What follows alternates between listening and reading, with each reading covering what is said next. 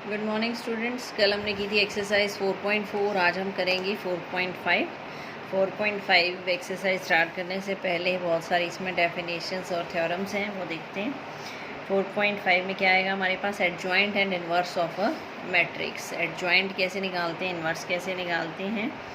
To find the inverse of matrix that is a inverse. ये inverse का symbol है जो ये ऊपर लगा हुआ है आपका ए के ऊपर, ये इन्वर्स का सिंबल है।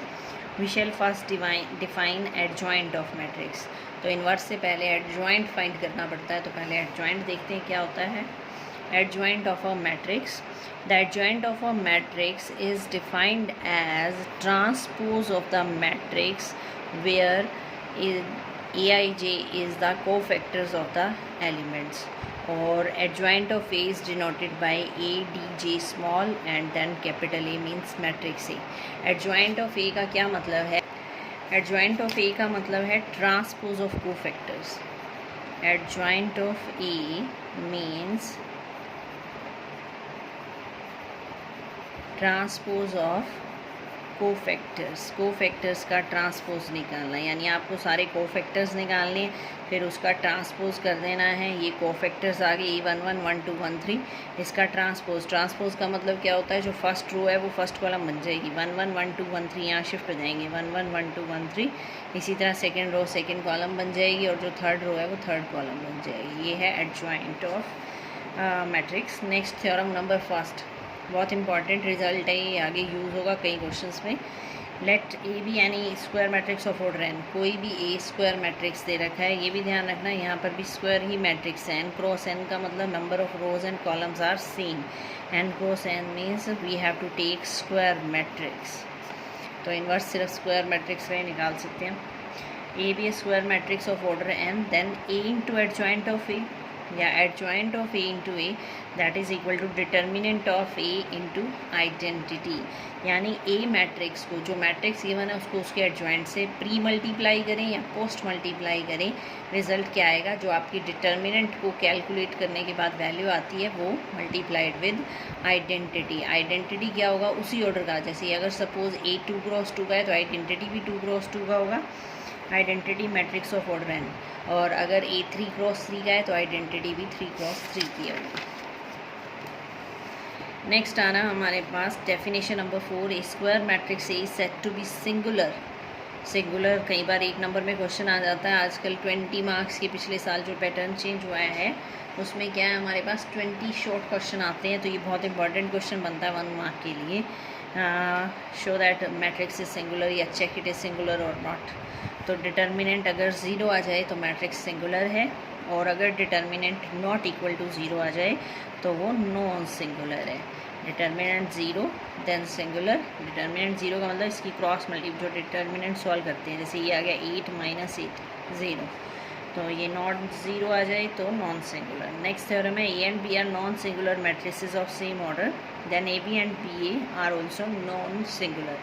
का मतलब क्या है? ए और बी का डिटर्मिनेंट अगर 0 नहीं है तो ए बी और बी ए का भी नॉन 0 होगा।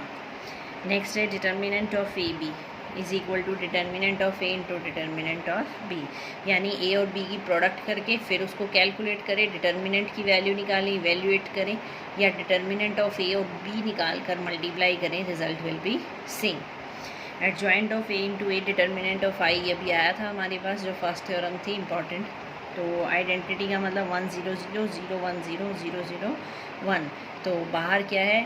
डिटर्मिनेंट ऑफ ए, तो 1 से मल्टीप्लाई हो जाएगा तो ये ट्रिपल ए बन जाएंगे। इसी तरह ये बन जाएगा आपका, ये एक क्वेश्चन में भी यूज़ होगा आपका।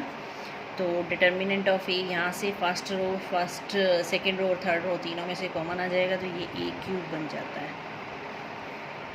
तो ए क्यूब बन जाता है। यहाँ पर जो एक डिटर्मिनेंट है वो इस क्यूब से कैंसिल हो गई, यहाँ स्क्वायर बन जाता है।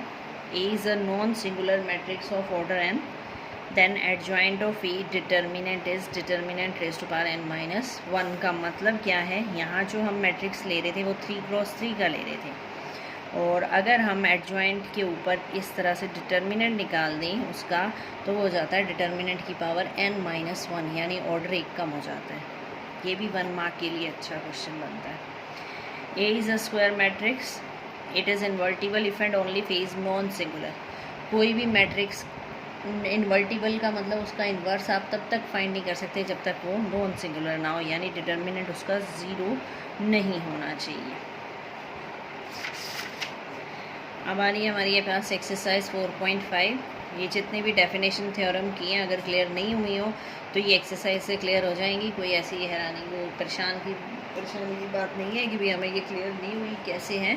तो जैसे जैसे हम क्वेश्चन सॉल्व करेंगे ये सारी रिलेटेड प्रॉपर्टीज डेफिनेशन आ जाएंगी आपकी और ये क्लियर हो जाएंगे सारे डाउट्स। तो एक्सरसाइज 4.5 फर्स्ट क्या है, find the adjoint of the matrices. ध्यान से देखना फर्स्ट और सेकंड, ये जो एडजॉइंट है यही इन्वर्स बनाएगा। पूरी एक्सरसाइज इन फर्स्ट और सेकंड क्वेश्चन पे डिपेंडेंट है कि हम एडजॉइंट कैसे निकालते हैं। तो फर्स्ट क्वेश्चन ये गिवन है आपको 2x2, आपको एडजॉइंट निकालना है। एडजॉइंट क्या था हमारे पास, ट्रांसपोज ऑफ कोफैक्टर्स। आपको कोफैक्टर्स निकालने और उसका ट्रांसपोज लेना है, बस सिंपल सा है।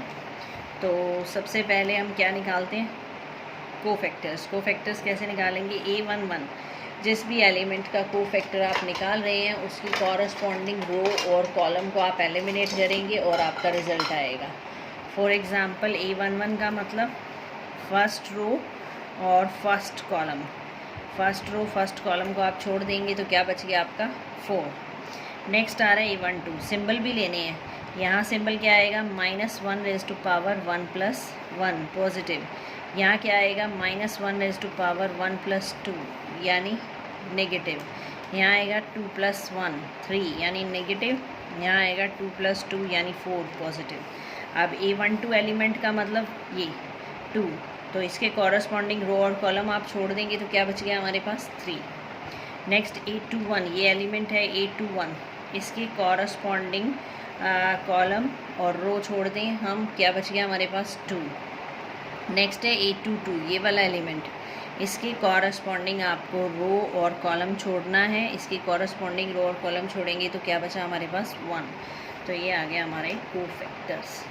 जो भी कोफैक्टर निकालना है उसके कॉरस्पॉन्डिंग रो और कॉलम आपको छोड़ देना है और इवेल्युएट करना है। बस ये सिंबल का ध्यान रखना, अगर ये सफिक्स का सम इवन है तो ये पॉजिटिव हो जाएंगे और अगर ये ओड है तो ये आगे नेगेटिव हो जाएंगे।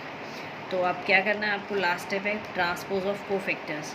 तो E11 121 21 22 इन चारों की वैल्यू पुट की जो हमने यहाँ निकाली थी और इसका ट्रांसपोज कर दिया। ट्रांसपोज का मतलब जो फर्स्ट रो थी वो बन गया फर्स्ट कॉलम, जो सेकंड रो थी वो बन गया सेकंड कॉलम। ये तो था 2x2 का।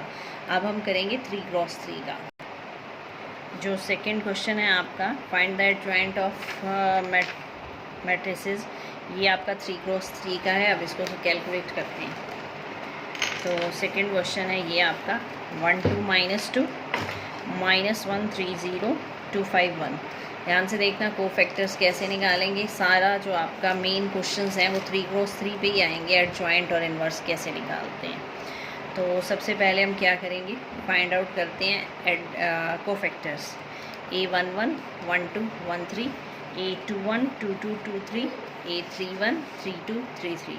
कैसे निकालेंगे, सबसे पहले तो आपको साइन लगाने हैं इनके पास।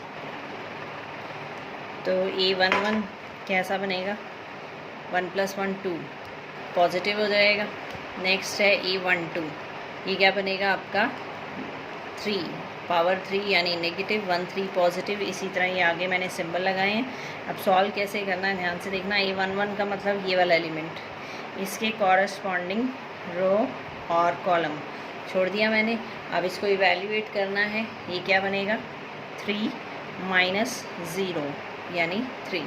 सेकेंड A12 आपका ये वाला एलिमेंट है, इसके कॉरस्पॉन्डिंग कॉलम और इसके कॉरस्पॉन्डिंग रो मैंने छोड़ दिया तो क्या आएगा 2 -10 हो जाएगा, 2 + 10 12।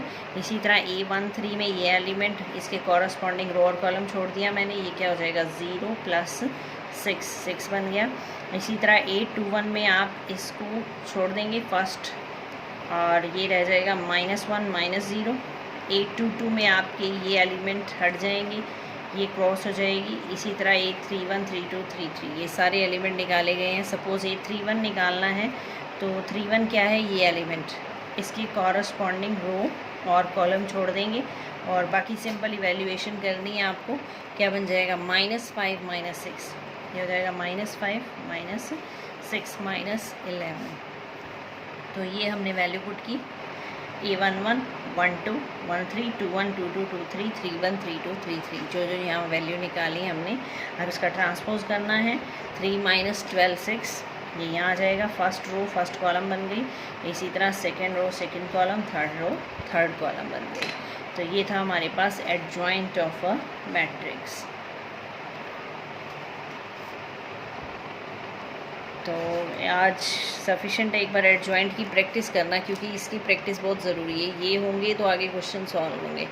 तो आप इनके आगे कोई क्वेश्चन में एडजॉइंट है तो ज़रूर खुद फाइंड करके देखना कि भाई आप फाइंड आउट कर सकते हैं। कोई डाउट हो तो ज़रूर पूछना। नेक्स्ट करते हैं फिर आगे। Thank you.